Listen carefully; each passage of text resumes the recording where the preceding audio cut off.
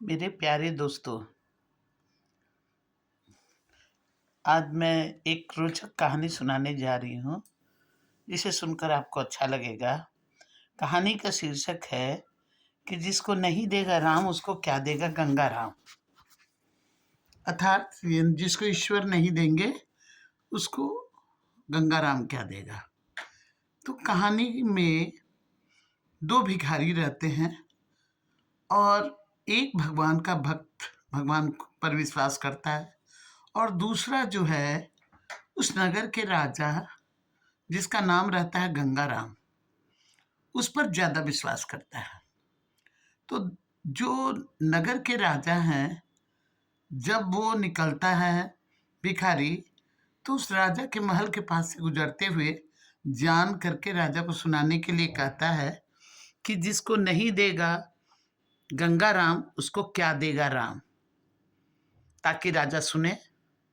और रोज वो यही बात कह कह के जाया करता था। लेकिन जो दूसरा भिखारी था, वो ईश्वर पर बहुत विश्वास रखता था। वो कहता था कि जिसको नहीं देगा राम, उसको क्या देगा गंगा राम, कह के वो जाया करता था। एक दिन राजा सोचा कि जो राजा का प्रशंसा करते हुए भिखारी जाता था कि जिसको नहीं देगा गंगा राम, उसको क्या देगा राम, तो उसके मन में हुआ कि क्यों न आज इसको खूब ढेर सारा धन दे दे, ताकि ये भी माला माल हो जाए। रोज मेरा इतना गुणगान करता है, आज इसको दे ही देते हैं। और बुलाए अपने मंत्री को और बोले कि सुनो, ये जो भिखारी जा रहा है, जो मेरे नाम का गुणगान कर रहा है, इसको धन दे दो, ताकि इसकी गरीबी खत्म हो जाए और फिर ये भीख मांगना छोड़ दे। तो मंत्री क्या किए कि जो भतुआ होता है, जिससे पेठा बनता है, तो वो भतुआ जैसे कुम्हड़ा के जैसा होता है, उसमें क्या किए कि गुप्त दान लोग वैसे ही करते हैं, तो उसमें ढेर सारा सोना, मोती, हीरा, सर्फी सब उसमें बंद कर दिए, घुसा घुसा के अंदर, और ऊपर से बंद, पता नहीं चलेगा कि अंदर कुछ है। और दूसरे दिन क्या किए ना, कि जब ये भीख मांगने के लिए आया, ये कह के कि जिसको नहीं देगा गंगा राम, उसको क्या देगा राम, तो ये क्या किया कि उसको बुलाया और बुला के बोला कि लो, लेके जाओ। और उसी दिन जो दूसरा भिखारी था, जो ये सोच रहा था, जो ये इस पर विश्वास करता था कि जिसको नहीं देगा राम, उसको क्या देगा गंगा राम, वो मन बना लिया था कि रोज लोगों से एक मुट्ठी चावल जो मांग मांग कर इकट्ठा किया था, उसके मन में था कि आज तो हम भात और सब्जी बना के खाएंगे ही। भिक्षा में जो पैसा मिलेगा, उस पैसे से कुछ सब्जी खरीद लेंगे, और चावल तो है ही, तो आज भात सब्जी खाएंगे ही। अब क्या हुआ, दोनों तो अपने मन में विचार करके रखा था। अब जो राजा का प्रशंसा करता था, उसको क्या किए कि वहां के सेनापति, वो जो पेठा, जो भतुआ है, वो भतुआ में हीरा मोती असरफी भर दिए, और भर के उसको बोले, लो राजा तुमको दिए हैं। अब शरीर जर्जर, भिखारी, शरीर कमजोर, ले तो लिया, लेके मन ही मन सोच रहा है कि दिया भी राजा तो क्या दिया, एक ठो भतुआ उठा के दे दिया, हम भतुआ क्या करेंगे, शरीर चल नहीं रहा है, और हमको आगे बढ़ते जा रहा, भतुआ लेके आगे जा रहा, आगे जा रहा।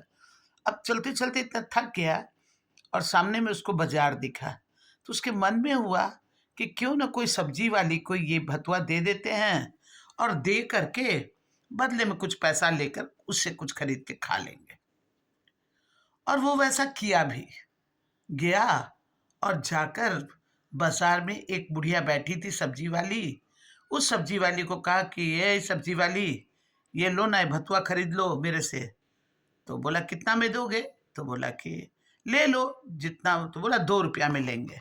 बोला ठीक है। 2 रुपया लिया, और वो भतुआ उसको पकड़ा के चला गया, और 2 रुपया ले जाकर अपना कुछ खा पी लिया। लेकिन जो दूसरा भिखारी था, जो ये कि आज हम भात और सब्जी खाएंगे, वो पैसा इकट्ठा करके, भीख मांगे हुए पैसा को इकट्ठा करके आया और उस बुढ़िया के पास पहुंच करके देखा तो कहा कि अरे भतुआ का सब्जी तो खट्टा में होगा, अच्छा लगेगा, चटक मटक क्यों नहीं आज भतुआ ही खरीद लेते हैं और इसी को खरीद के आज इसका सब्जी बना के खाएंगे। और उसके पास ज़्यादा नहीं, 3 साढ़े 3 रुपया था। वो आके पूछता है, बूढ़ी ये भतुआ कितने में दोगी? तो 2 में खरीदी थी और सीधा बोली कि 3 में देंगे। और ये जो भिखारी था, ये 3 रुपया देकर उस भतुआ को खरीद लिया। खरीद कर लेकर घर चला। घर जाने के पश्चात अब भतुआ को काटा जब, तो देख रहा है कि इसके भीतर तो हीरा मोती सोना चांदी सब कुछ भरा है। और सबको समेट कर किनारे रखकर जो भतुआ था उससे सब्जी बनाकर वो अपना भात सब्जी खा लिया और सारे हीरा मोती सोना चांदी उसको इकट्ठा करके अलग हटा के रख दिया। अब क्या हुआ, दूसरे दिन फिर वही दोनों भिखारी अपना गुणगान करते करते उस रास्ते से गुजरे। क्या गुणगान किए?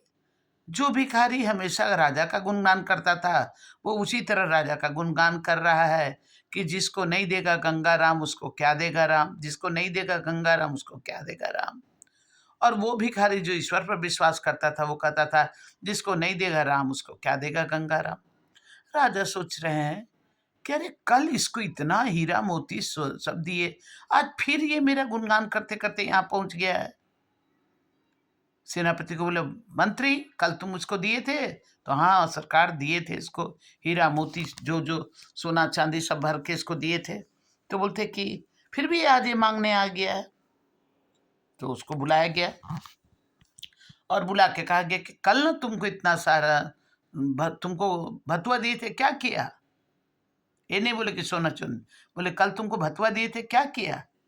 तो बोला महाराज कमजोर शरीर, पेट में अनाज नहीं, भूख लगा था, बहुत दूर तक उस भतुए को लेकर चला, जब बिल्कुल थक गया तो बाजार में जाकर एक बूढ़ी को उसको दे दिया और देकर 2 रुपये खरीद ले लेकर मैं उससे अपना नाश्ता पानी कर लिया। अब तो सारे लोगों में अफरा तफरी मच गई कि आखिर उतना हीरा मोती गया कहाँ, किसके पास गया, पता करो। तो सारे मंत्री लोग और सब लोग मिलकर पता किए।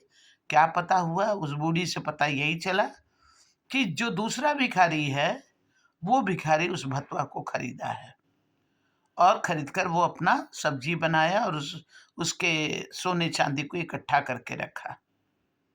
तो जो हमेशा यही गुणगान करता था कि जिसको नहीं देगा राम उसको क्या देगा गंगा राम।